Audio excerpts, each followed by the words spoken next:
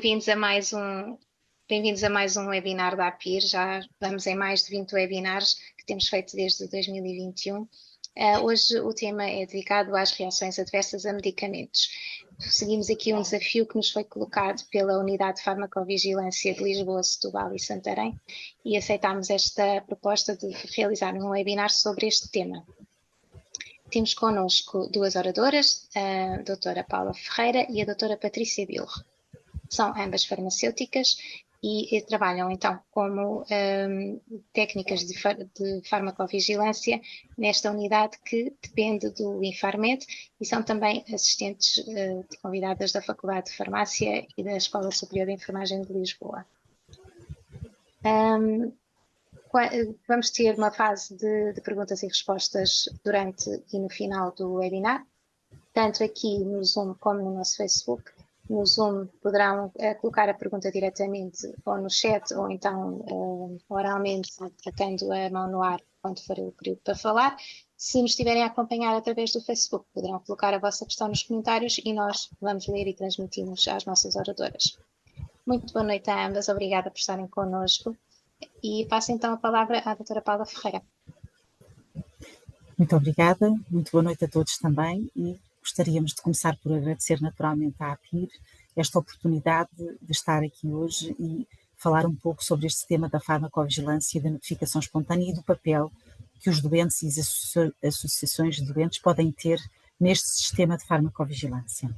Eu vou compartilhar aqui a minha tela e para começar a apresentação, que será dividida em duas partes, uma parte que será garantida por mim e outra pela minha colega Patrícia.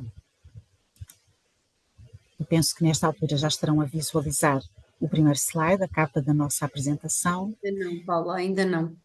Ainda não? Não estamos agora. Ainda não? Não. Então, vamos lá ver que eu fiz um compartilhar.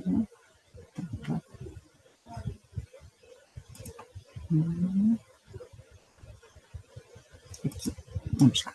Assim, partilhar. Agora sim. Vai dar. Agora já estão a ver o ecrã e agora a apresentação, certo? Exato. Pronto, Exato. muito bem. A tecnologia tem sempre razão, está tudo certo. Então, o tema que nos propomos trazer aqui hoje é falar um pouco sobre as reações adversas a medicamentos. Vamos fazer esta abordagem em duas partes. Eu farei uma abordagem um pouco mais teórica, no fundo, para contextualizar este tema, e depois a minha colega fará o favor de vos dar uma abordagem mais prática sobre este tema. E vamos falar então um pouco sobre o medicamento e em que é que consiste esta importante tecnologia de saúde, sobre reações adversas que podem estar associadas ao uso dos medicamentos e sobre como notificar estas suspeitas de reações adversas que podem ocorrer então com a utilização do medicamento. Naturalmente que precisamos primeiro de contextualizar a questão do medicamento e o que é que isto significa. E no decreto-lei está estabelecida esta definição e vem-nos dizer que se trata então de uma substância ou então de um conjunto de substâncias, porque todos nós possivelmente já utilizamos medicamentos que são compostos de substâncias e que têm propriedades diversas, nomeadamente propriedades curativas, e estou-me a lembrar, por exemplo, das terapêuticas que são utilizadas para a hepatite C e que têm atualmente a capacidade de curar esta infecção, mas também podem ter propriedades preventivas e claramente as vacinas são medicamentos muitíssimo importantes na saúde pública. Por outro lado, também podem ser medicamentos, substâncias que no fundo modificam sintomas, ou seja, quando falamos numa cefaleia, numa dor de cabeça e tomamos um analgésico, no fundo a intenção é aliviar este sintoma. São ainda medicamentos as substâncias que são usadas como meios de contraste e, por exemplo, quando realizamos um ataque, uma ressonância magnética, por vezes há necessidade de utilização deste tipo de substâncias, são também medicamentos os meios de contraste, e temos ainda medicamentos que são capazes de alterar ou repor funções fisiológicas. Estou, por exemplo, a lembrar-me dos comuns laxantes que muitas vezes utilizamos para repor, no fundo, a nossa função intestinal, o nosso trânsito intestinal. Portanto, o medicamento é tudo isto. Cura, previne, alivia sintomas, serve de meio diagnóstico e repõe funções do nosso organismo. Portanto, Esta é a definição que está atualmente aprovada para esta tecnologia. E a verdade é que o medicamento tem tido um papel muito importante ao longo dos anos, ao longo da evolução das sociedades, da evolução da sua saúde ou da sua doença. E claramente estou-me a lembrar, por exemplo, de Fleming, quando fez a descoberta do antibiótico, da penicilina, e a evolução que isso nos permitiu trazer à saúde dos doentes. Claramente, as vacinas, por exemplo, vêm demonstrar um valor terapêutico e preventivo muito grande do medicamento e são consideradas uma das melhores intervenções em saúde pública no século XX. Temos também o combate a algumas doenças fatais, nomeadamente através da vacinação ou através de novas terapêuticas, e claramente hoje em dia há doenças que praticamente não as vemos ocorrer, que não temos registro delas, porque conseguimos erradicar, por exemplo, a varíola, a sífilis, a difteria, praticamente não temos casos deste tipo de doenças, e isto claramente se deve às terapêuticas ou à vacinação que entretanto se foi criando. E temos algumas doenças que têm vindo a evoluir ao longo dos anos, graças, mais uma vez, ao medicamento e às terapêuticas, e que se tornaram, por exemplo, doenças crónicas, quando eram doenças fatais há alguns anos atrás. Portanto, algumas mudanças de paradigma nas doenças, e a verdade é que isto tem-se refletido na forma como as doenças se apresentam e na forma como as doenças afetam os nossos doentes. O medicamento tem sido responsável por importantes ganhos em saúde, a diminuição da incapacidade, a melhoria da qualidade de vida e claramente o aumento da esperança de vida. E por isso hoje em dia temos, felizmente, uma classe de idosos ou até de muito idosos com vidas perfeitamente saudáveis e perfeitamente independentes ou autónomas, e muito disto tem a ver com as terapêuticas que hoje em dia são capazes de controlar uma série de problemas que naturalmente vão surgindo com a idade. Por outro lado, podemos dizer que atualmente temos uma sociedade muito mais saudável do que se pensarmos há alguns séculos atrás, em que claramente a esperança de vida era baixa, em que havia uma redução grande, que havia um grande absentismo, uma pouca produtividade, um crescimento económico que muitas vezes estava limitado e que tinha a ver com a pouca saúde que as sociedades à data apresentavam. Por isso, tudo isto, no fundo, pode ser atribuído de alguma forma ao medicamento. Temos sociedades, no fundo, com outro tipo de problemas de saúde, é verdade, mas claramente hoje em dia mais saudáveis e com melhor qualidade de vida. De qualquer forma, o medicamento, para além de todas estas mais-valias que pode apresentar, temos que reconhecer que se pode produzir um efeito terapêutico num doente que o utiliza, pode também provocar aquilo que chamamos um efeito adverso ou um efeito indesejável. Portanto, no fundo, podemos dizer que o medicamento tem estes dois lados, como tem a Lua. Um lado mais brilhante, que é o lado do benefício que vai trazer a quem o usa, por exemplo, o controle da tensão arterial, através de um antihipertensor, mas tem também o outro lado, que é o lado do risco. Todos os medicamentos, sem exceção, podem provocar efeitos indesejáveis nos doentes. Tem este lado mais obscuro, que é o lado do risco do medicamento. Claro que podemos perguntar, então, mas se todos os medicamentos têm riscos, podemos confiar nos medicamentos que estão comercializados e que provavelmente alguns de nós usamos todos os dias? Podemos, de facto, confiar, porque os medicamentos, para estarem autorizados e estarem a ser utilizados pelos doentes, é porque são considerados seguros.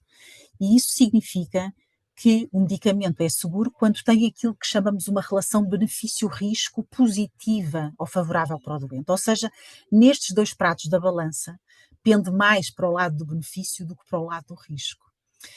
Dizendo de outra forma, dizemos que os riscos que conhecemos para os medicamentos que estão comercializados são considerados aceitáveis face aos benefícios que esperamos da sua utilização nos doentes.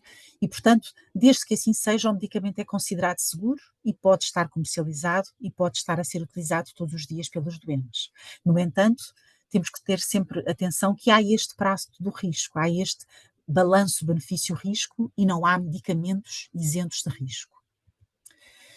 A verdade é que o medicamento, para ser desenvolvido, tem várias etapas e tem um percurso de cerca de 12 anos até poder ser comercializado e ser usado pelos doentes. E durante estes 12 anos, aquilo que se pretende fazer através dos testes em animais, dos testes em humanos, é perceber qual é a eficácia que aquele medicamento vai ter nos doentes e também qual é a sua segurança, ou seja, que riscos é que lhes podem estar associados. Estes anos todos permitem recolher essa informação, mas a verdade é que os testes que são feitos em humanos são testes limitados e, portanto, dão-nos algumas informações pertinentes, importantes, que caracterizam uma parte dos riscos que o medicamento pode provocar, mas não os caracteriza a todos. Porquê? Porque os doentes que estão no ensaio clínico não são exatamente os doentes do mundo real que depois vão usar o medicamento. Os doentes do mundo real são em número muito maior, por um lado, por outro lado, muitas vezes são mais idosos, têm mais patologias, utilizam outros medicamentos em simultâneo e tudo isto vai afetar, quer seja a segurança do medicamento, quer seja também a sua eficácia. E por isso mesmo, a verdade é que hoje em dia sabemos que aquela imagem, vamos dizer assim, mais romântica que existia dos medicamentos antigamente, hoje em dia já não é encarada dessa forma. E a verdade é que os medicamentos e as suas publicidades, como temos aqui estas duas muito interessantes, diziam-nos que os medicamentos eram remédios enérgicos, eficazes, inócuos, como o caso aqui da Bayer, da aspirina da Bayer e com fenacetina também, e da mesma forma aqui este elixir de inhame dizia que depurava, fortalecia, engordava e portanto não havia qualquer tipo de efeito adverso que nesta altura se associasse de forma clara a estes medicamentos. Portanto havia assim um olhar mais romântico e mais sobre a eficácia do medicamento. A verdade é que depois os anos e a utilização do medicamento vem-nos mostrar que nem sempre é assim tão bonito. E a verdade é que nos anos 60, a tragédia da talidomida, que era um medicamento que se usava nas mulheres grávidas para o enjoo da gravidez, veio revelar que de facto o uso do medicamento por vezes pode trazer efeitos adversos muito graves. E esta focomélia, que era esta malformação com que nasciam as crianças, cujas mães tinham utilizado então a tal talidomida durante a gravidez, veio revelar isso mesmo. Portanto, temos que estar atentos, porque o medicamento tem todo ele, sem exceção, um lado de benefício e um lado também de risco ou de efeitos adversos. A verdade é que percebemos que as reações adversas fazem parte de todas as terapêuticas e as reações adversas podem ter diversas manifestações. São sempre, claramente, uma resposta nociva e não intencional ao medicamento. Ou seja, quando um doente faz um medicamento para a sua hipertensão arterial, aquilo que espera que ocorra é o controle dos valores da sua pressão arterial. Mas, por vezes, por exemplo, surge uma tosse seca, persistente e irritativa. E isso é uma resposta nociva e não intencional que está a acontecer com o medicamento. É uma reação adversa. Está bem? Isto pode de facto acontecer, mas acontece na maior parte das vezes de forma rara, apenas em alguns doentes. Mas dando aqui alguns exemplos que provavelmente alguns de nós conhecemos, a simvastatina é um medicamento extremamente importante na terapêutica da doença cardiovascular, nomeadamente porque faz baixar os valores do colesterol total. E sabemos bem que o colesterol elevado é um fator de risco para o desenvolvimento do infarto agudo do miocárdio ou do acidente vascular cerebral. No entanto, apesar da importância enorme deste medicamento, ele tem um conjunto de efeitos adversos que também lhe podem estar associados para alguns doentes. Pode provocar dor muscular, queimbras musculares, inchaço da face da língua e da garganta, nódoas negras. Portanto, há alguns efeitos adversos que podem ser provocados também por esta simvastatina. Outro exemplo, a metformina, um medicamento também extremamente importante no controle da diabetes tipo 2. É um medicamento que consegue controlar os níveis da glicose no sangue. Naturalmente que este fármaco é importantíssimo no doente diabético e a mais-valia, o benefício que lhe vai trazer é enorme. Naturalmente que, como todos os outros, também pode ter efeitos secundários associados. A náusea, o vômito, a diarreia, os eritemas na pele, a comichão ou urticária, alterações a nível do fígado, são alguns destes efeitos adversos que podem surgir. No entanto, estes efeitos não comprometem na totalidade o enorme benefício que a metformina, neste caso, ou a simvastatina, no caso anterior, podem vir trazer aos doentes que os utilizam. Claro que isto vem-nos trazer esta conclusão que é preciso vigiar, é preciso termos farmacovigilância, ou seja, é preciso estar atento aos doentes que fazem a simvastatina, a metformina e todos os outros medicamentos que temos comercializados e perceber como é que essa utilização está a acontecer. É segura, não é segura, está a ser eficaz, que reações adversas é que os doentes estão a desenvolver. E no fundo é isto que a farmacovigilância vai fazendo. A intenção maior dela é ir detectando novos riscos, avaliando esses novos riscos, compreendendo quando e porquê que eles acontecem e em que doentes é que acontecem e como é que os podemos prevenir nos próximos doentes que vão usar aquele mesmo medicamento. Que medidas é que podemos tomar para que os doentes não tenham estes efeitos adversos ou quando os apresentem, pelo menos que eles se manifestem com menor gravidade, sem tanto impacto na sua vida. E é isto, no fundo, o papel desta atividade da farmacovigilância. E por isso é tão importante notificar, porque, no fundo, a farmacovigilância vive destas notificações. Quando um doente sofre uma reação adversa e quando faz essa comunicação aos sistemas de farmacovigilância, nomeadamente à nossa unidade regional de farmacovigilância, nós ficamos a saber um bocadinho mais sobre aquele medicamento. Quando um profissional de saúde observa um doente que sofre uma reação adversa, também o deve comunicar, porque, mais uma vez, ele vai nos ajudar a compreender melhor como é que aquele medicamento se comporta, que riscos pode provocar nos doentes e de que forma é que nós vamos, no futuro, poder prevenir e evitar estes efeitos adversos. A notificação espontânea é uma das formas mais importantes de alimentar a farmacovigilância, ou seja, de dar informação à farmacovigilância. E a notificação pode ser feita por qualquer profissional de saúde, por qualquer doente, qualquer cidadão. Qualquer medicamento que o doente esteja a utilizar, se lhe fizer surgir algum tipo de sintoma novo, diferente, o doente deve suspeitar que pode ter sido o medicamento e deve fazer essa comunicação. E é verdade que essa comunicação pode nos ajudar na farmacovigilância a identificar uma nova reação adversa para o medicamento e a tomar medidas sobre essa nova reação adversa para minimizá-la, para minimizar esse risco. Um exemplo concreto interessante sobre um medicamento que talvez alguns conheçam. Estou a falar do apixabano. Esta é uma das marcas comerciais do Eliquis. Este medicamento está indicado para prevenir eventos tromboembólicos, ou seja, para prevenir o AVC, o infarto agudo do miocárdio. É muito utilizado em doentes que têm fibrilhação auricular, por exemplo. Também se utiliza para prevenir a trombose venosa profunda, a embolia pulmonar. Portanto, vamos dizer assim, de forma corrente, diz-se que este é um daqueles medicamentos que fluidifica o sangue, portanto, para que não aconteçam a formação de trombos e, consequentemente, as tromboses. E é interessante porque este medicamento tem uma posologia que está preconizada para o doente adulto, que é de 2 comprimidos por dia, um de manhã e um à noite. E a verdade é que, através da farmacovigilância, foi-se conseguindo perceber que esta terapêutica tem que ser adaptada quando estamos perante um doente insuficiente renal.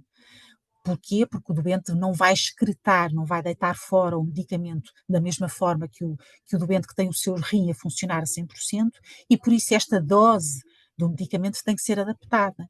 E por isso, hoje em dia, sabemos que para o doente insuficiente renal, este medicamento em concreto tem que passar para metade desta dose, ou seja, 2,5 miligramas 2 vezes por dia, ao invés de 5 miligramas. Se este doente for insuficiente renal grave, claramente desde o início tem que começar a fazer a terapêutica com metade desta dose. Outro exemplo concreto é, nós sabemos que com a farmacovigilância, os medicamentos são sinalizados e alguns deles levam este cartão vermelho, falando assim numa linguagem mais futebolística.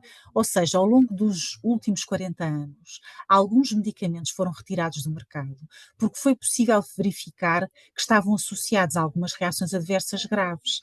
Estas reações eram principalmente a nível do fígado, do coração e do sistema nervoso.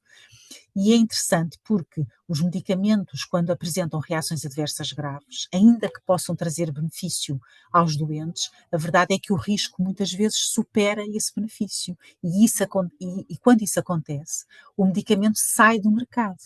E isto é uma forma de nós protegermos os doentes da utilização de medicamentos que já não são seguros. Como é que nós sabemos isto? Sabemos através da notificação espontânea, sabemos através do trabalho da farmacovigilância que vigia de forma sistemática todos os dias os doentes que utilizam os medicamentos que estão aprovados e que supostamente são todos seguros, tá bem? Até termos novos riscos que podem comprometer essa segurança.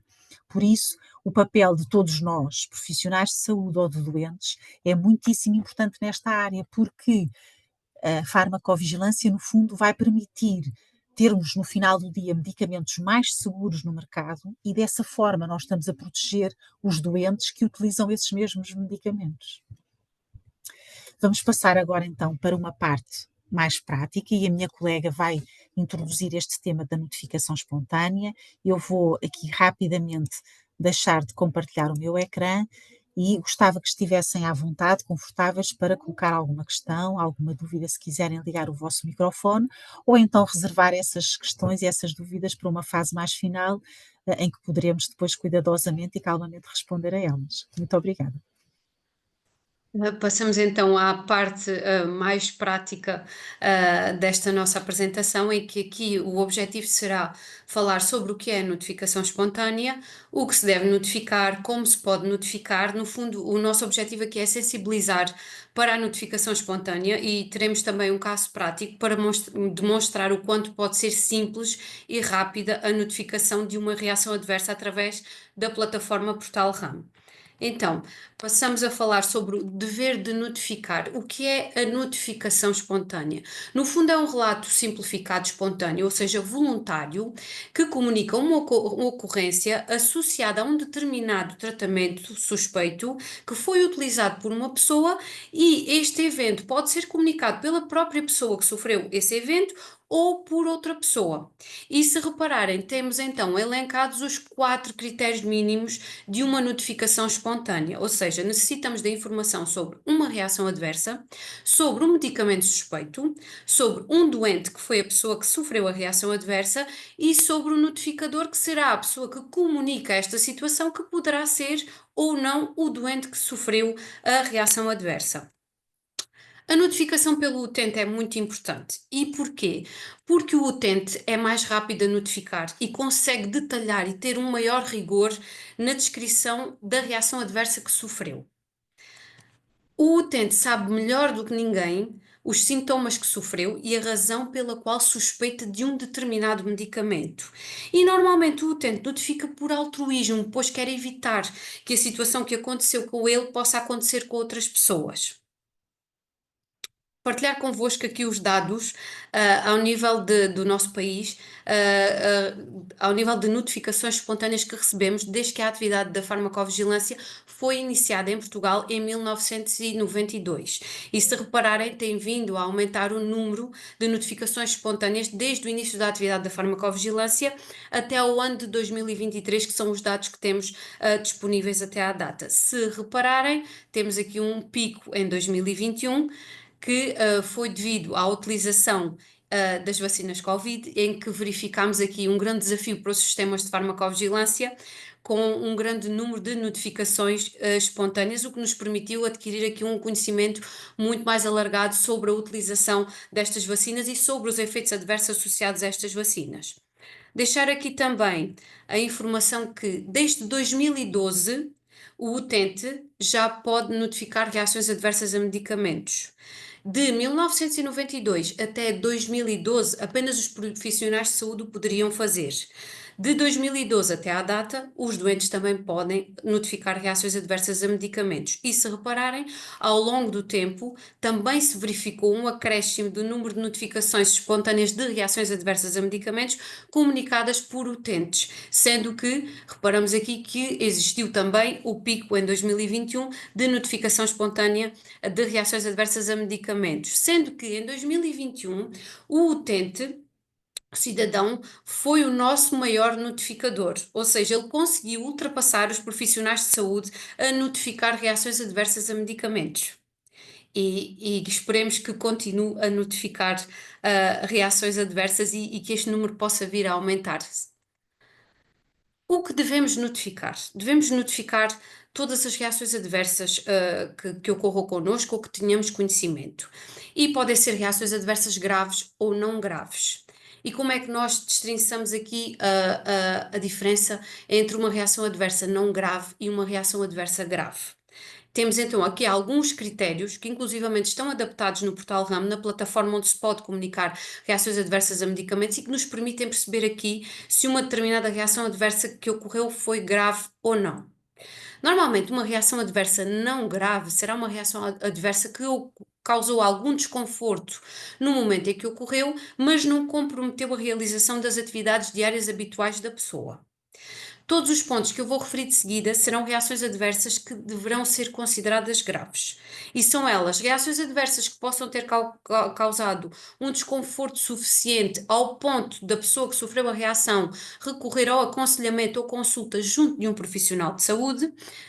Reações que tenham causado algum tipo de incapacidade, seja temporária ou persistente, no desempenho das atividades diárias habituais, e aqui estamos a falar de uma reação adversa que pode ter afetado a mobilidade da pessoa no momento em que ocorreu, que pode ter impedido, por exemplo, sair da cama no dia em que ocorreu esta reação adversa.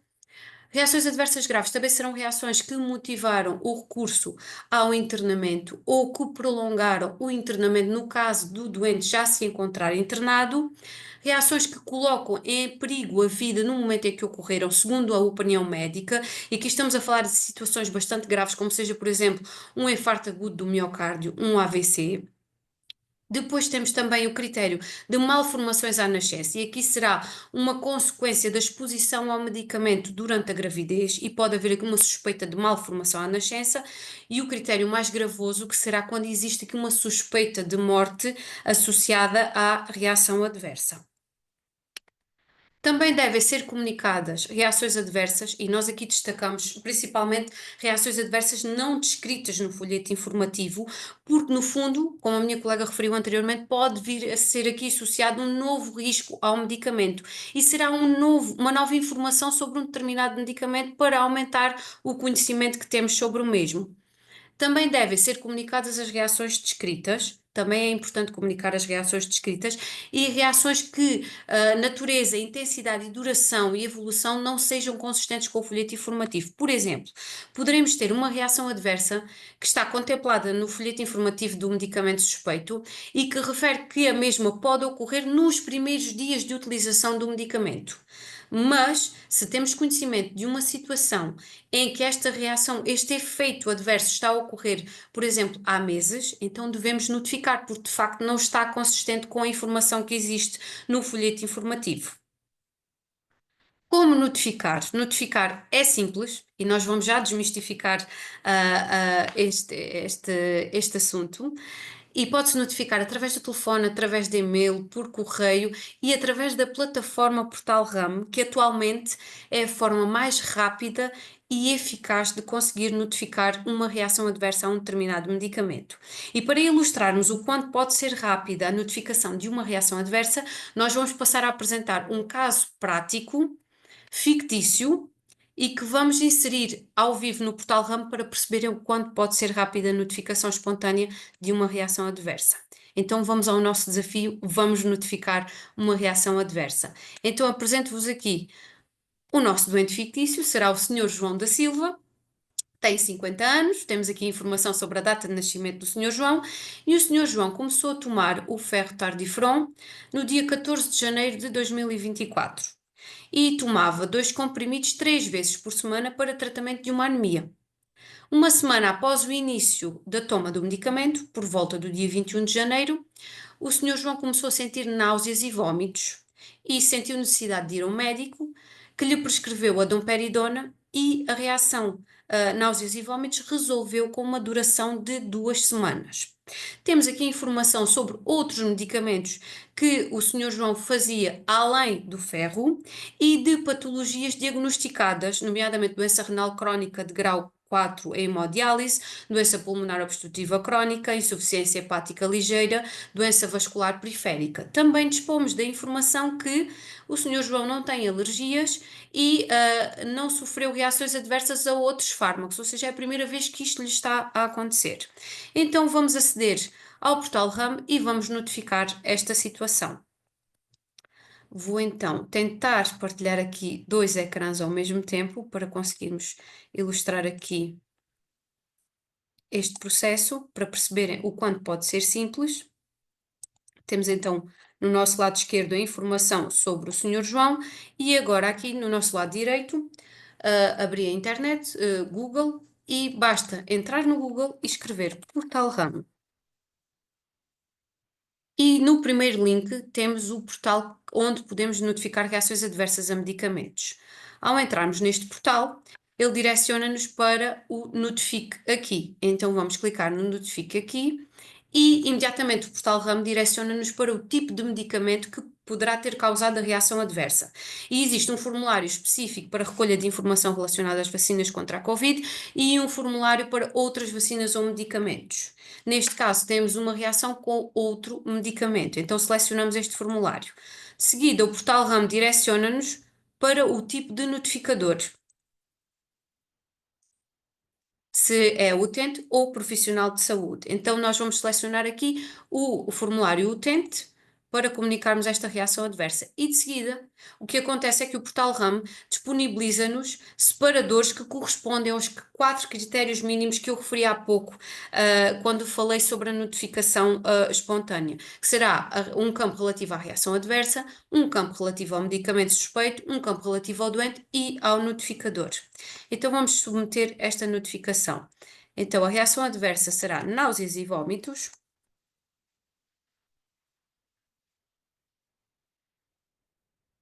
Que resolveram com a duração de 2 semanas, tiveram aqui início a 21 de janeiro de 2024, resolveram com a duração de 2 semanas e o tratamento foi domperidona. Como o Sr. João teve que ir ao médico, nós temos aqui no portal uma série de critérios que falei há pouco, entre uma reação adversa grave, considerar uma reação adversa grave ou não grave. Neste caso, como o Sr. João teve necessidade de ir ao médico, será aqui o critério em que precisou aqui de alguma intervenção por parte de um profissional de saúde e será uma situação considerada grave.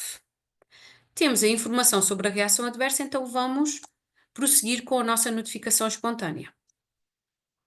De seguida, precisamos de colocar os dados sobre o medicamento. E o medicamento, basta escrevermos a marca do medicamento, que neste caso é o Fertardifron, e existe logo aqui a lista dos medicamentos que se encontram autorizados, basta selecionarmos o medicamento ao qual corresponde a nossa notificação, neste caso é o ferro, selecionamos e o portal automaticamente assumiu este medicamento.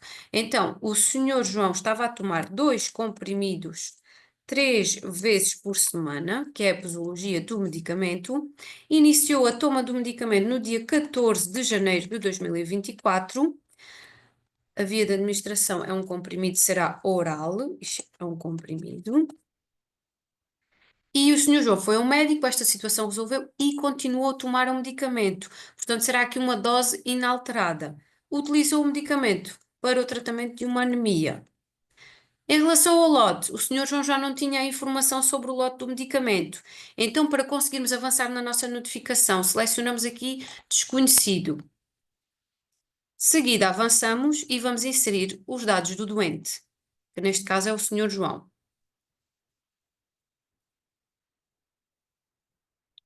O nosso portal está um pouquinho lento.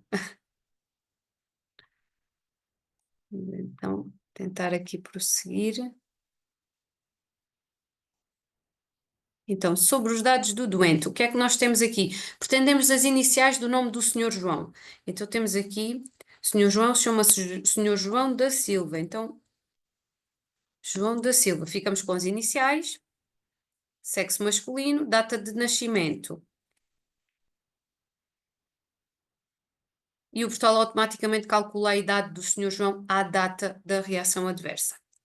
De seguida, os dados do notificador foi o próprio doente que está a notificar, será o Sr. João, portanto, iremos preencher com os dados dele. Um endereço de e-mail.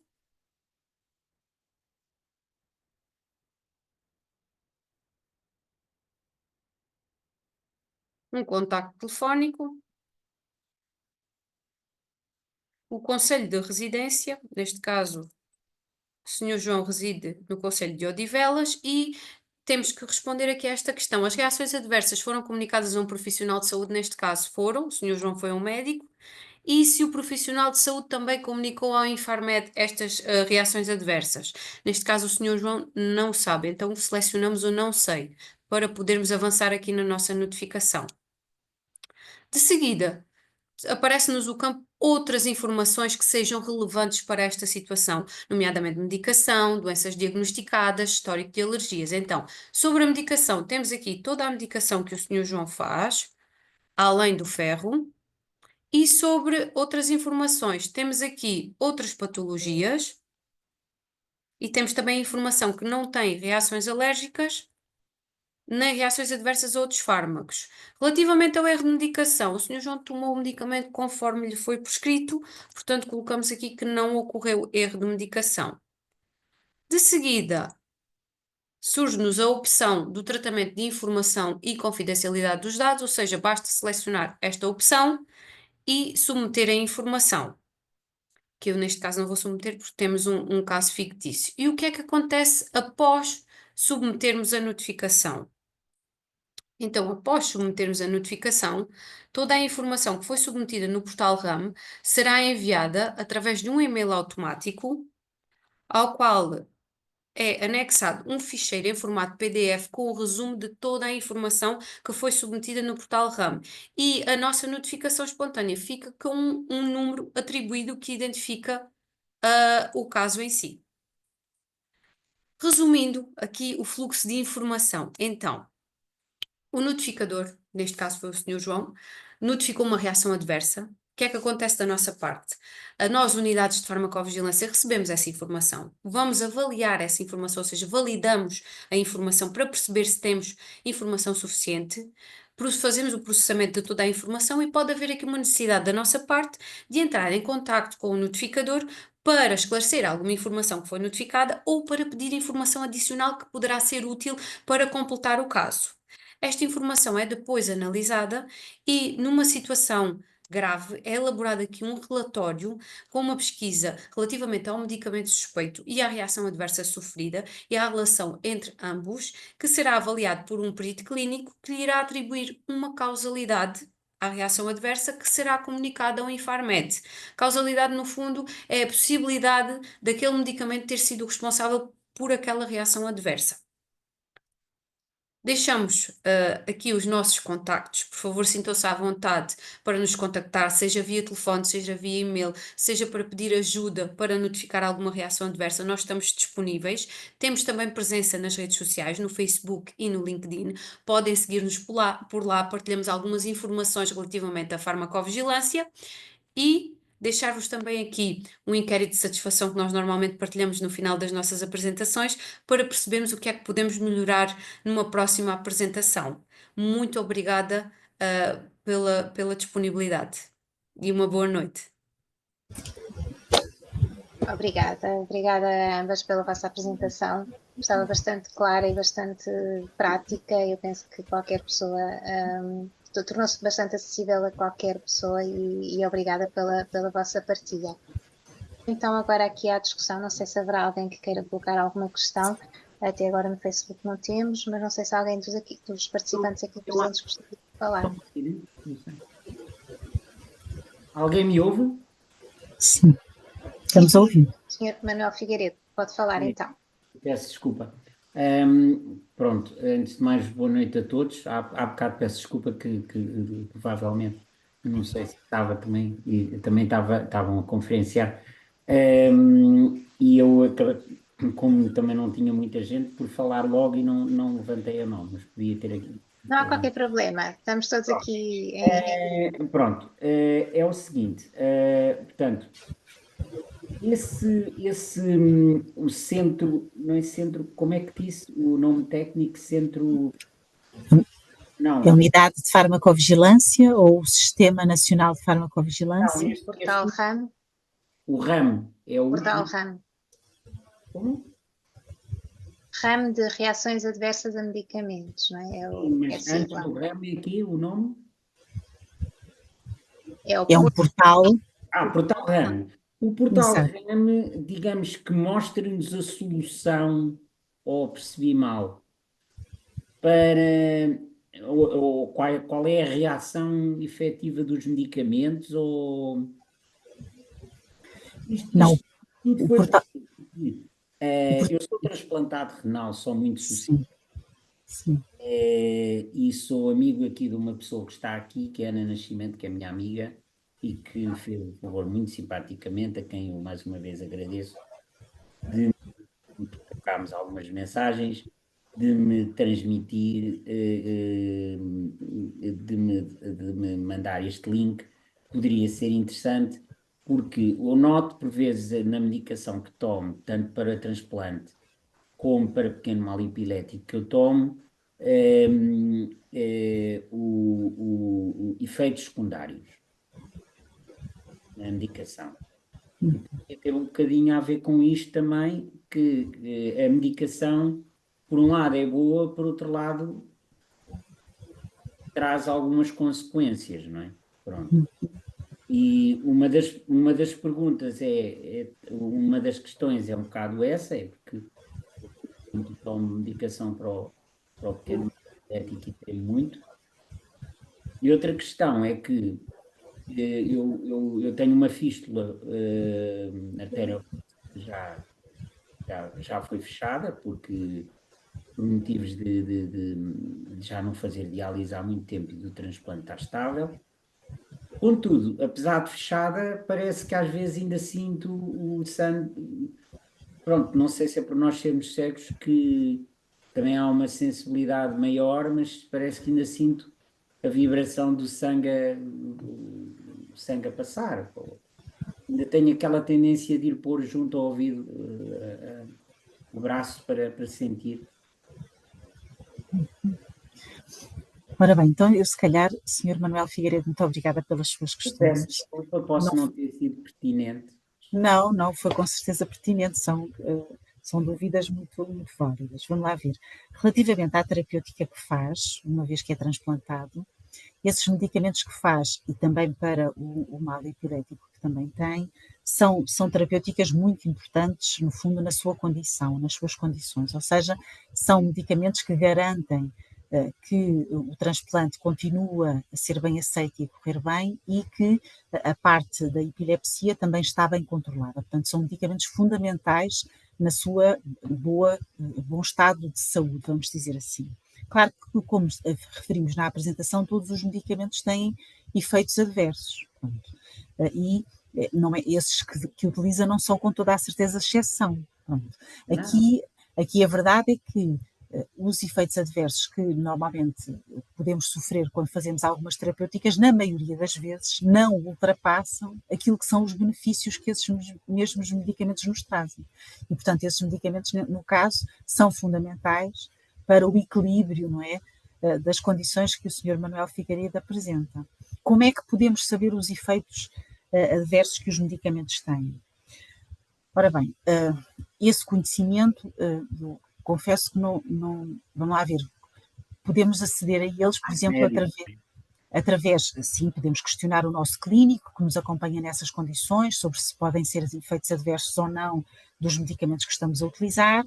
O Infarmed tem um site com os medicamentos todos que estão comercializados em Portugal e onde disponibiliza aquilo que vulgarmente as pessoas chamam a bula do medicamento, não é? Está lá, nós chamamos o folheto informativo, e onde nós podemos consultar essa informação.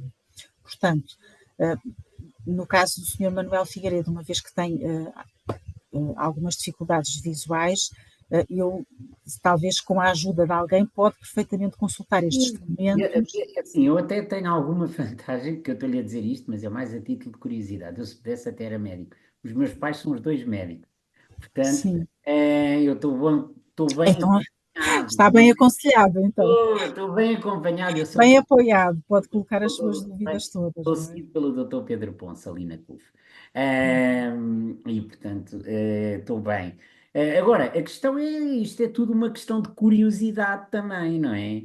E às vezes são formiguinhas que vêm assim na cabeça e a gente lembra-se de perguntar, não é? Por curiosidade, porque, por exemplo, agora sinto que estou a tremer um bocadinho mais do que tremia, em relação, porque eu faço, basicamente, isto no geral, faço o quê? Faço a ciclosporina, faço o epicortinol, tenodinil, Renitec, Lasix, o Livazo e allopurinol e depois o Depaquine e o Keppra.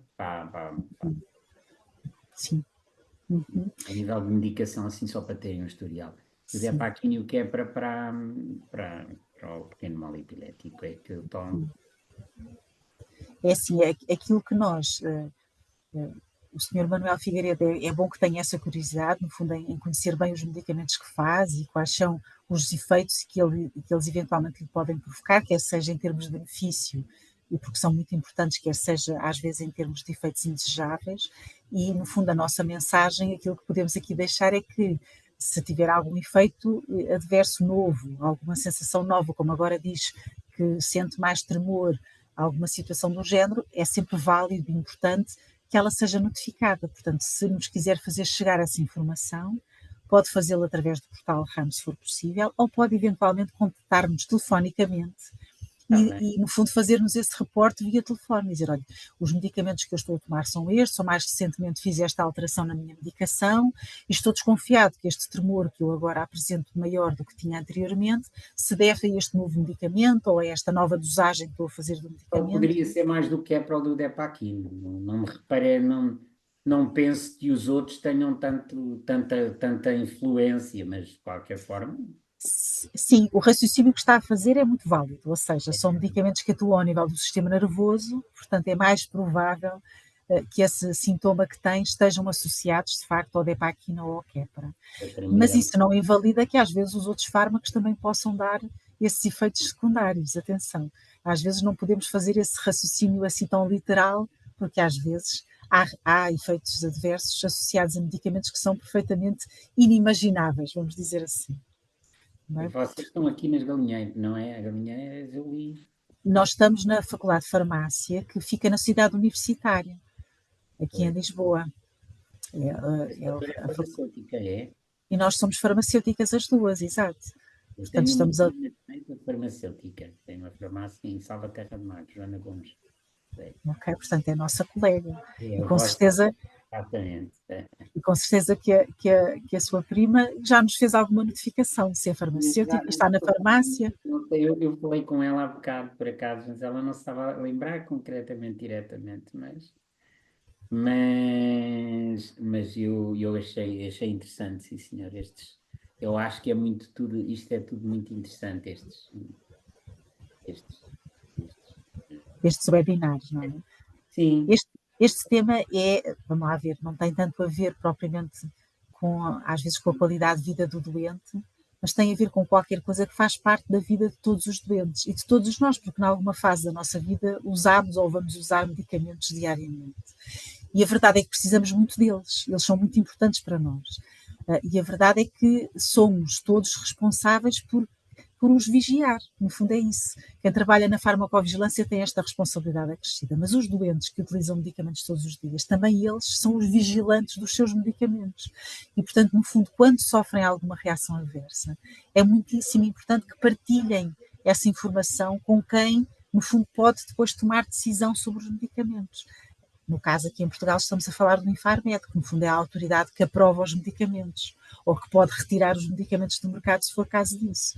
E, portanto, fazermos chegar essa informação ao Infarmed é importante para que eles saibam efetivamente o que é que se está a passar com os doentes que usam medicamentos e possam tomar medidas se houver necessidade disso. Pois, esse tal último esquema que fez, realmente, portanto, é para tentar chegar a conclusões em relação neste caso era o doente fictício, né, que tínhamos em mão. Exato, exato. Portanto, a colega Patrícia aqui o que teve a fazer foi, no fundo, a tentar mostrar como é tão simples e tão rápido fazer uma notificação, porque muitas vezes nós temos, e em Portugal concretamente isso acontece muito, aquela velha ideia de que é muito difícil registar coisas, é muito difícil notificar, é muito difícil reclamar, mas às vezes são processos tão simples e que perdemos tão poucos minutos e no fundo às vezes são ações importantes que podem ter consequências muito importantes, nomeadamente na vida dos outros doentes. Pois, Sim. era isso que eu ia dizer, eu gostei muito da mensagem que a Patrícia passou do altruísmo, não é? Quando da pessoa fazer isto para benefício, se calhar já não é próprio, não é? Porque se calhar já não vai a tempo, já sofreu aquela reação, embora também, claro, possa ser corrigida, mas sobretudo a pensar na comunidade e nas outras pessoas que poderão vir a evitar. Eu gostei muito nessa mensagem, eu acho que também é uma mensagem que deve ficar aqui de reportar não só para benefício próprio, mas para benefício dos outros. Quanto mais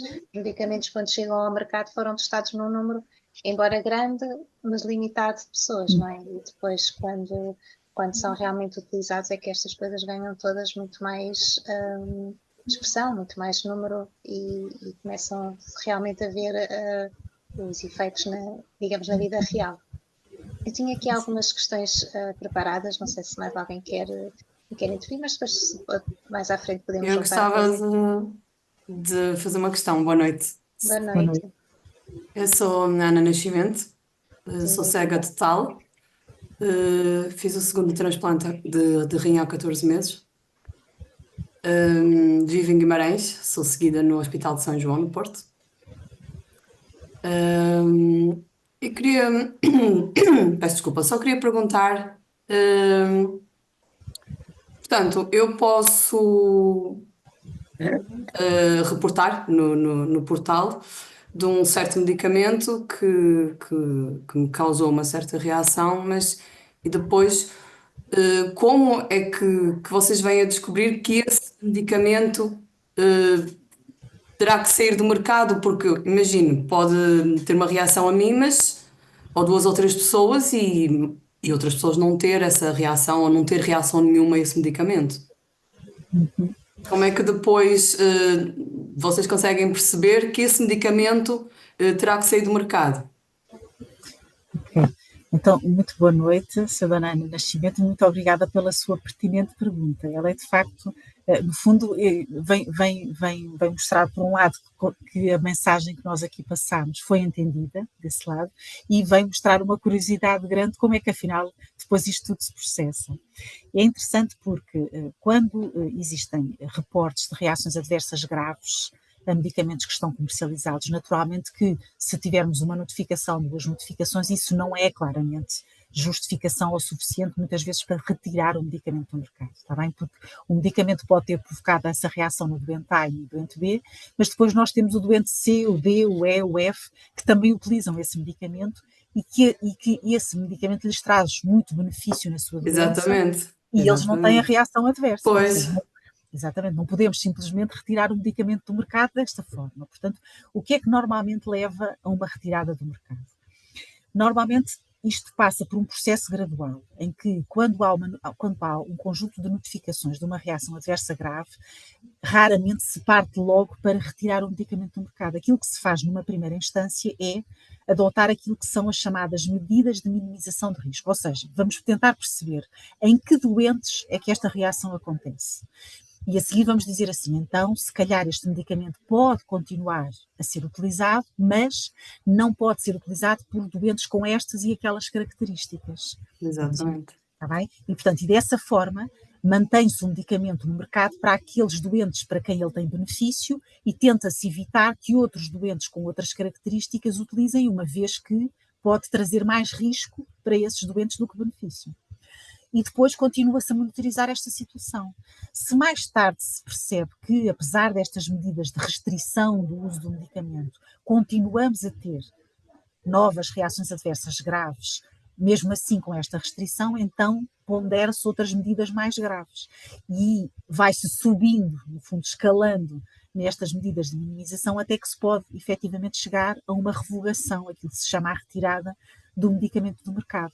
Mas aqui claramente tem que ser ponderados vários aspectos, desde logo se temos muitos casos dessa reação adversa que justifique que o medicamento claramente está a ter mais risco do que benefício para os doentes. Por outro lado, temos que ter a certeza que foi aquele medicamento a causa daquele risco e não foram outros fatores que às vezes estão presentes, não é? Porque às vezes o doente faz outros medicamentos em simultâneo ou tem doenças de base que podem elas próprias estarem a agravar e a mostrar alguns sintomas que afinal não são reação adversa. Exato. Por outro lado, depois, uma questão também muito pertinente é a existência de alternativas no mercado. Ou seja, quando um medicamento é a única alternativa para aquela doença, muitas vezes não conseguimos retirá-lo do mercado. Bem? E temos que ter em conta que tipo de patologia é esta para que o medicamento está indicado.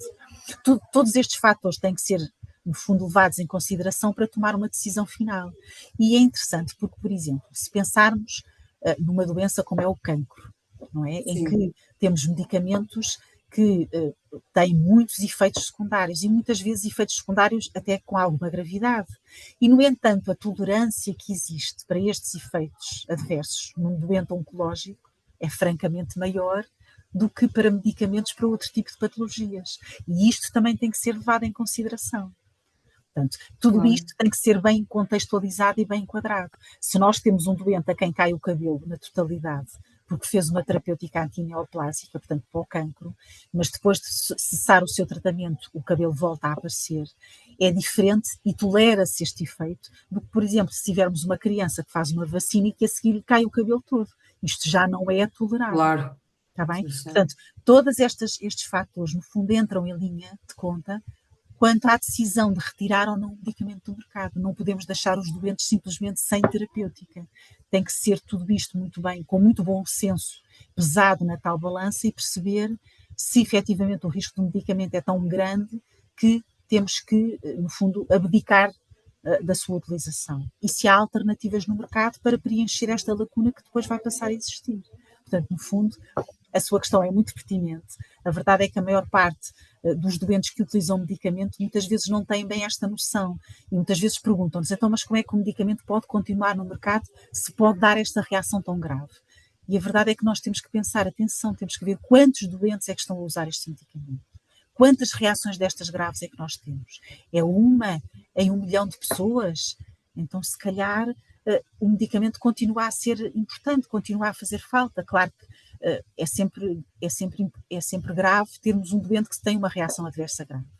Mas não podemos prescindir do medicamento e deixar todos os outros doentes sem terapêutica. E, portanto, Temos que pensar que cada caso é um caso. exatamente, tudo isto tem que ser muito bem ponderado e são decisões que não são tomadas nunca de ânimo leve. Portanto, todos os fatores têm que ser levados em consideração para se tomar uma decisão destas. Há efetivamente medicamentos que saem do mercado, mas claramente é quando se chega à conclusão que o risco que os doentes estão a sofrer é francamente maior do que o benefício. E normalmente porque temos outras alternativas que podem preencher essa lacuna. E então, E diga-me uma coisa, medicamento sai. desculpa, mas na sequência do que ali a minha amiga Ana está a dizer, já me disseram, e muitas vezes tomo, é melhor tomar medicamento de marca ou genérico? A mesma coisa. Não, não é, Ana? Eu acho que É engraçada É. essa pergunta, não é? É É natural. mesmo, eu acho que é a mesma coisa. eu É acho assim. que os Vamos meus lá ver. pais já me disseram que, sabes, que eu estou a tratar lá assim que já conheço. Eu penso que pronto, não sei, deixo consigo porque deve saber. Posso dar a minha opinião? Claro que sim, claro que sim. Tem a É sua isso. experiência também. Eu acho que, pelo menos daquilo que eu já passei até hoje e de muita medicação que eu já fiz, já tenho esta doença há 18 anos, há genéricos e genéricos.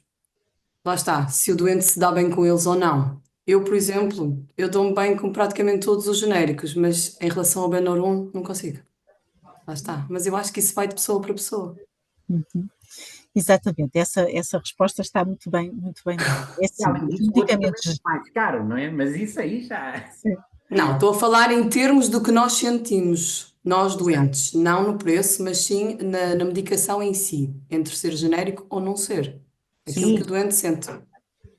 é assim, nós temos que ter presente o seguinte: os medicamentos genéricos, para virem para o mercado, são sujeitos àquilo que chamamos os testes de bioequivalência. Ou seja, eles têm que mostrar que são tão bons, ou seja, não são inferiores ao medicamento de marca. Bem? E, portanto, esses testes garantem que eles então podem vir para o mercado também. Pronto, e serem comercializados e competirem com o de marca, tudo isso é admissível e plausível para os medicamentos genéricos. Por isso é que eles existem, não é? Exatamente, exatamente. Portanto, vai haver alguma concorrência em termos de preço, isso é benéfico para o doente, pronto, isso tudo é válido. Claro que depois temos do outro lado a experiência de cada doente. A verdade é que mesmo entre marcas comerciais, sem estarmos a falar de genéricos, há variações. Os Cada um de laboratórios. Exatamente, cada um de nós, o nosso organismo, é diferente, nós somos todos diferentes. E há medicamentos que comigo são mais eficazes e serão menos eficazes com a Patrícia, serão menos eficazes com a Ana, e isso passa-se entre medicamentos de marcas diferentes e vai-se passar também entre medicamentos de marca e de genéricos ou entre genéricos entre si. Portanto, a verdade é que todos nós processamos os medicamentos de forma diferente, temos um património genético diferente e tudo isso vai ter implicação na eficácia do medicamento também e também na sua segurança. Por isso é que alguns de nós têm reações adversas e outros não têm também. E ainda há outra variante, que é entre o comprimido e a cápsula, dependendo do sim, laboratório. Há pessoas que se exatamente. sentem melhor com o comprimido, outras dão-se com os dois, outras preferem a cápsula, ainda há essa variante. Exatamente. A própria formulação do medicamento tem muita influência na sua eficácia e na sua segurança. Portanto, há muitos fatores que podem trazer diferenças entre o de marca e o genérico. Ou podemos dar-nos perfeitamente bem com ambos. Portanto, a verdade é que dizer assim, à partida, rotular o genérico como sendo um medicamento de má qualidade não está correto. Não. A verdade é que ele mostrou que era equivalente ao de marca. Agora, depois, cada um de nós pode ter uma experiência diferente. E às vezes os próprios clínicos, os próprios médicos, acabam por, na sua prescrição e no acompanhamento que fazem dos doentes, acabam por criar ali uma evidência para eles que lhes diz: eu, quando receito a metformina, por exemplo, gosto só de receitar o Risidon, porque a minha experiência me diz que nos meus doentes o Risidon tem tido mais eficácia. Pronto. E isso é válido, não é? É um conhecimento que o médico adquiriu ao longo da sua experiência profissional e é válido. Bem? Exato. Não podemos é pôr rótulos nas coisas, não é? Dizer, Pois. não, o genérico não presta. Não, isso não é verdade. Também. Eu até normalmente tomo todos genéricos e pronto. Eu também. É isso, nós próprios, enquanto doentes, também vamos tendo a nossa experiência, não é? E vamos fazendo as nossas escolhas. No caso da Ana, também prefere o Benuron do que o paracetamol genérico. E para outros já pode usar o genérico. Pronto. O Esse é o paracetamol a mim parece que não me faz efeito. Eu pronto, tomo e continuo na mesma. É por isso. pronto, é isso mesmo. Portanto, no fundo, depois cada um de nós vai criando essa informação para si, de como é que é o comportamento do seu organismo com os medicamentos. Pois. Temos agora aqui uma questão no nosso Facebook, eu vou passar a ler. António Ferreira diz que é de Braga e fez hemodiálise durante 4 anos e foi transplantado desde 1992. Ultimamente comecei a tomar Hyperion, eu penso que é um medicamento para a atenção, Hyperion, está aqui com um N, mas eu acho que está, é Hyperion, e começaram a inchar um pouco os tornozelos. Será do Hyperion? Obrigada. É assim, se nota que essa reação adversa começou a surgir a seguir, ou seja, tem uma relação temporal óbvia ou consistente com o início do Império, pode eventualmente ser. Bem? Como é que pode confirmar isso?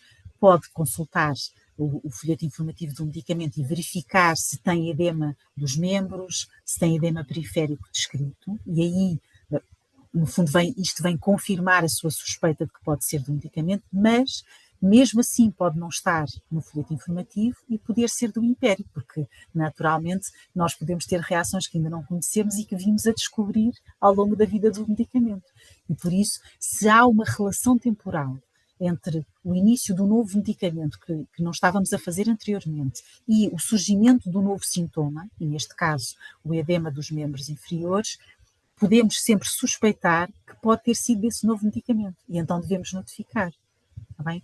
Quando a notificação nos chega, e essa situação depois é avaliada internamente. Aquilo que a minha colega Patrícia há pouco explicava é que os doentes, os profissionais de saúde, quando notificam, devem notificar a sua suspeita. Eles não têm que ter a certeza que é uma reação adversa, suspeitam. E depois o trabalho da farmacovigilância, no fundo, é ir analisar o caso com todos os detalhes que tem e tentar perceber se de facto a suspeita do doente ou do profissional de saúde é válida ou não, tem razão ou não tem. Está bem? Portanto, no fundo, esse é o trabalho que depois a farmacovigilância vai fazer. Portanto, se há uma relação temporal entre o início do hipério e o surgimento do edema, pode ser de facto do medicamento, pode confirmá-lo na dita bula ou folheto informativo, mas deve notificar. Ir ao portal RAM e fazer a sua notificação. Já vimos que é bastante simples. Sim, E aqui também, então, é importante realçar que não temos que ter a certeza, basta ser uma suspeita. Eu acho que isso também é importante passar essa mensagem, que caso haja uma suspeita de relação entre... Aqui, nós, quando falamos em reação adversa, são, em linguagem comum, dizemos os efeitos secundários, certo? Exatamente, exatamente. Sim, é a mesma coisa. Portanto, se temos essa suspeita que há uma reação adversa associada ao início, ou à toma de um determinado medicamento, devemos fazer reportar, não é? Fazer esse registro. Exatamente.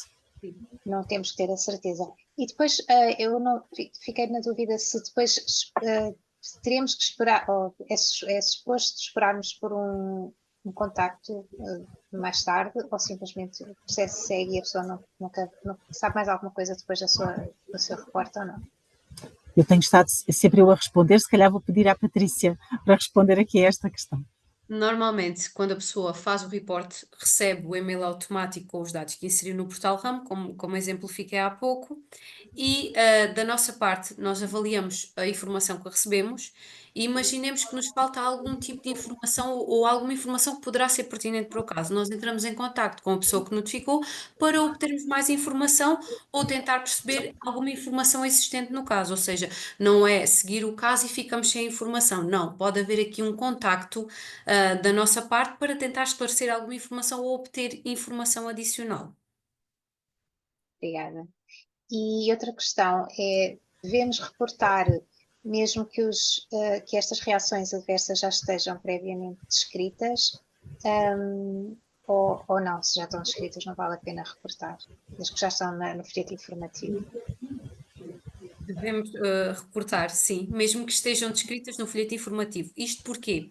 Porque é a informação que nos vai permitir aumentar o conhecimento e aqui não é de um novo efeito adverso.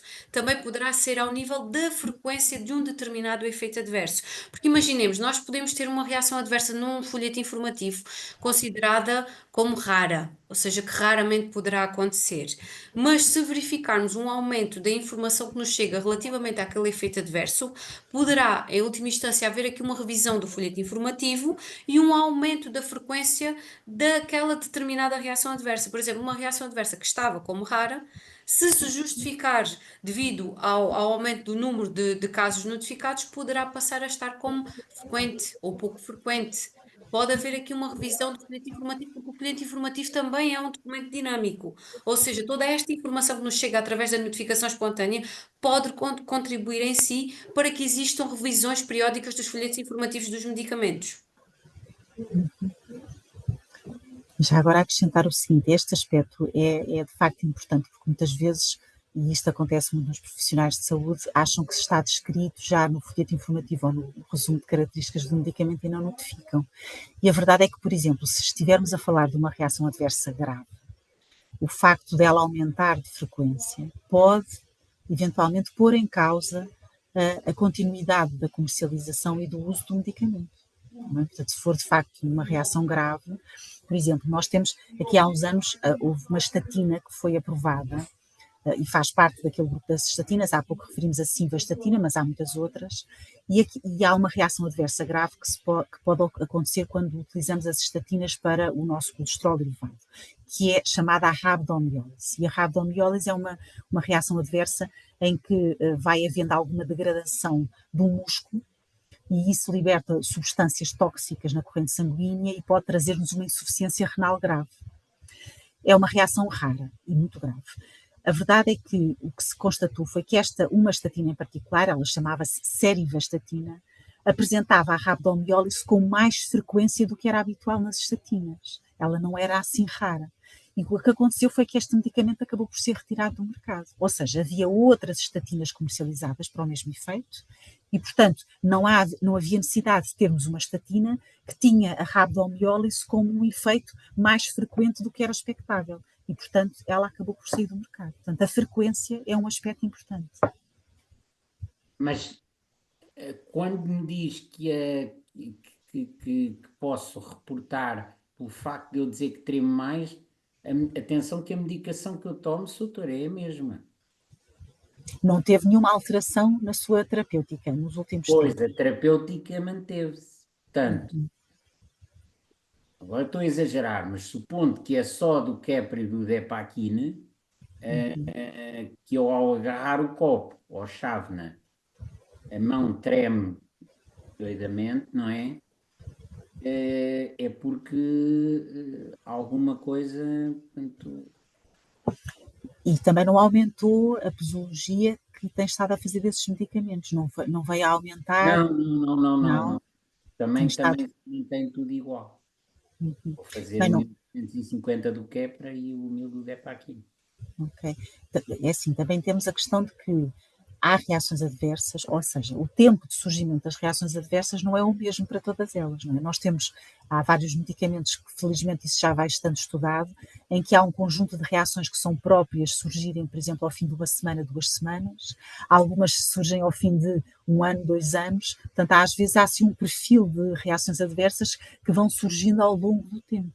E, portanto, pode eventualmente esse tremor não ser uma reação que surge imediatamente depois do início do medicamento ou depois do aumento da dose, mas ser qualquer coisa que se venha a instalar um pouco mais tarde. E, portanto, pode ser importante também notificar por isso. Bem? Nós temos, por exemplo, as neoplasias, os cancros. Infelizmente, há alguns medicamentos que, a muito longo prazo, podem levar ao desenvolvimento de alguns tipos de cancro. E a Sim, verdade é que os isso. imunossupressores, Exatamente. sim. Exatamente, os imunossupressores são fármacos que são fármacos importantíssimos, mas ainda estamos a descobrir uma série de coisas sobre eles, não é? Mas Por este exemplo, imunossupressor é que é a ciclosporina? quer dizer, no caso, a ciclosporina já está comercializada há muitos anos, não é? Mas ultimamente cada vez temos mais imunossupressores a serem utilizados nas doenças autoimunes, muito, cada vez mais. E a verdade é que estes medicamentos, por exemplo, quando vêm para o mercado, nunca foram testados no ensaio clínico há 10 anos, há 20 anos. Ou seja, nós não sabemos o que é que vai acontecer a estes doentes depois de fazerem a sua terapêutica durante 10 anos, 20 anos. Só vamos descobrir isso nos doentes reais, quando isso de facto acontecer. E por isso a notificação, no fundo, toma esta importância toda. É muito importante que seja notificado, porque, no fundo, é como se estivéssemos a fazer um novo ensaio clínico, mas agora é muito real. E, portanto, toda a informação que daí puder vir é muito pertinente. Por exemplo, os doentes agora que são transplantados recentemente já não tomam ciclospirina. Agora é Advagraf, é Myfortic. Há coisas que se dava antigamente que agora já não se dá. Mas, Então já alterou. Ana, mas isso é muito, deve ser agora para agora, não? Há já uns 10 anos para cá, que já nem se usa ciclospirina, só nos 10 doentes anos, mais 10 anos, antigos. não? Porque Sim, ele nos tem 20 anos de transplante e manda-me continuar. 10 ou mais. Mas ele manda-me tomar, eu estou a continuar. Porque os mais antigos, sim, estão a fazer. Agora, os que fazem o transplante agora já não dão. Há 10, pois. Há Mas o 10 meu ou mais. Sim, nas pessoas que são transplantadas há mais tempo, desde que esteja tudo a não correr tem. bem, às vezes a mudança também é arriscada, não é? E então Pois. preferem manter a medicação antiga, mas é um medicamento que eu penso que hoje em dia já não há ninguém que seja transplantado que comece de início a fazer a ciclosporina, a não ser que Ana, depois surjam outras mas é complicações. perigoso as pessoas tomarem ciclosporina, é? Eu não sei dizer. Às vezes não é questão de ser Ainda não. perigoso, às vezes é que vão aparecendo medicamentos mais eficazes e claro que os médicos acabam por alterar pelas coisas mais recentes e mais eficazes e os antigos alguns vão saindo do mercado e outros já não são a mesma coisa, não é? Sim, e as mudanças terapêuticas têm a ver às vezes com mais segurança, mas muitas vezes com mais eficácia, às vezes até com mais facilidade na utilização, porque são fármacos que às vezes não são de utilização diária, são de utilização semanal ou quinzenal, a administração é mais fácil para o doente, tudo isso são fatores que às vezes levam a esta transição ao longo dos anos de umas terapêuticas para as outras. Não quer dizer que a ciclosporina não seja um medicamento importante nos transplantados, que continua a ser, não é? Para quem o começou a fazer há muito tempo. Não era o Prograf que substituía a ciclosporina, não é? Sim, O Prograf, não é? é, da Crowley's. É o tacróleo, sim. Eu tomei o Prograf, eu agora nem retiro tudo o que disse, olha. Eu tomei o Prograf, só que depois ele passou-me precisamente o Prograf para a ciclosporina. Eu estou a fazer o tacrólimos e acho que toda a gente no São João está a fazer tacrólimos. E a verdade é que a ciência está sempre em evolução. E a verdade é que vão-se fazendo estudos, vão-se fazendo ensaios e Claro. vão-se tendo novas informações, e isso, no fundo, vai pautando a evolução da ciência e da medicina e da terapêutica, não é? Um bocadinho também a reação também de cada corpo, porque era como a Ana estava a dizer Exato. também, como é que ela se sentia tomar o Benuron, né? E outras pessoas, se calhar, medicamento. Há bocadinho perguntava se a ciclosporina é perigoso de tomar. Atenção, que todos os medicamentos têm riscos, a ciclosporina também os tem. No entanto, o benefício que traz a ciclosporina, no seu caso em concreto, é francamente maior do que os riscos que ela apresenta. Até porque, se tem riscos mais graves, são riscos tão raros e que, pelos vistos, o Sr. Manuel Figueiredo até hoje não os sentiu. Portanto, como se costuma dizer, a equipa que joga bem não se mexe, não é? Ganha, não se mexe, exato. Exatamente. Não se mexe. Mas mesmo a própria medicação pronto, que já foi alterada e que os doentes que fazem transplante hoje, que agora a fazem, mesmo essa medicação é ajustada constantemente nos doentes, consoante as análises, consoante a creatinina e os outros valores de cálcio, de potássio, de fósforo. A tensão arterial. Exato, isso é tudo alterado. Hoje fazemos 5 de tacrónimos, amanhã fazemos 4, depois podemos fazer 3, podemos fazer 7, depende. Eu altero 6 em 6 meses, tenho consulta. Mas isso depois vai depender de doente para doente. Ficou o rim, por acaso, bastante estável. É um rim de dador vivo da minha mãe. Foi feito fora, no estrangeiro, na Maio, e eles nesse aspecto são bastante bons. Pronto. E eu tenho estado com uma creatinina estável de 2. Pronto. 2 pontos picos. Muito bom.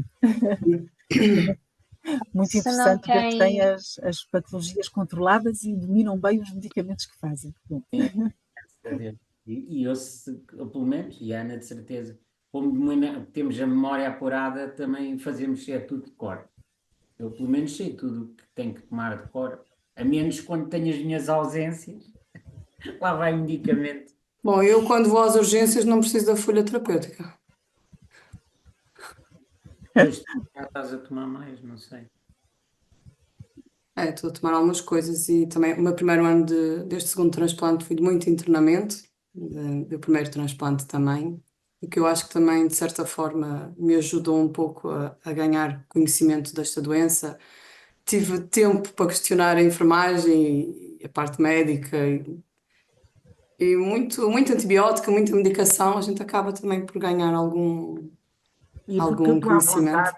vontade, não querendo monopolizar, mas eu estava a trocar essa impressão com a Ana o outro dia. E a Ana, que ficou até mais curiosa, e eu não lhe consegui responder a isso, mas dei a resposta que eu sei, que é a única que eu sei. Ela perguntou-me porque é que se fecha a fístula. Pronto. Eu fechei a fístula e a única resposta que eu lhe dei é que, pronto, eu já estou há 20 anos assim, o médico decidiu fechar a fístula. Percebe? Quem me a abriu foi o mesmo médico que abriu a ela. E depois o médico que me a fechou, já nem sei quem foi, mas foi um médico. Fechou a fístula. Mas eu ainda sinto cá um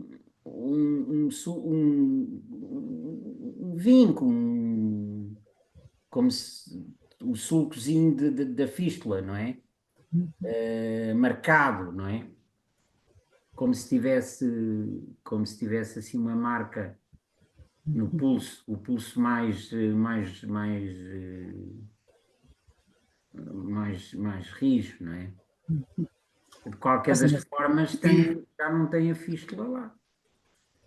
Mas eles tiram a fístula, qual é o motivo de se tirar a fístula? Não sei se há mais alguém que queira intervir, colocar alguma Pois questão. também, isso eu estou monopolizado. não tem problema. Não. Vamos então ficar por aqui. Agradecer a presença e mais uma vez o desafio aqui da Unidade de Farmacovigilância de Lisboa, Setúbal e Santarém. Tudo o que aqui foi dito é aplicável ao resto do país, certo? O portal RAM está Certo. disponível, é o mesmo, não é? Para todo o país. Mas obrigada pelo vosso desafio, pela vossa presença. Acho que foi uma explicação muito acessível e muito prática, e sobretudo agora que esta conversa que se gerou, de certeza que terá tirado todas as dúvidas. A nossa gravação continuará disponível no Facebook e mais tarde no YouTube. Se alguém tiver mais questões, entretanto, nós faremos chegar aqui às nossas especialistas. E agradecer também aqui aos nossos participantes que colocaram as suas questões e que enriqueceram aqui o nosso debate. Não havendo mais questões, eu então tenho aqui, pronto, a agradecer a todos e desejar uma boa noite e obrigada. Até uma próxima oportunidade. Obrigada, boa noite. Muito obrigada também da Obrigada. nossa parte Boa a noite. todos. Qualquer dúvida, por favor, disponham. E Aguardamos as sigam vossas também as redes notificações. sociais, não é, da Unidade de Obrigado. Farmacovigilância. Obrigada. Obrigado. Obrigada. Obrigada, boa noite. Boa noite. Muito obrigada.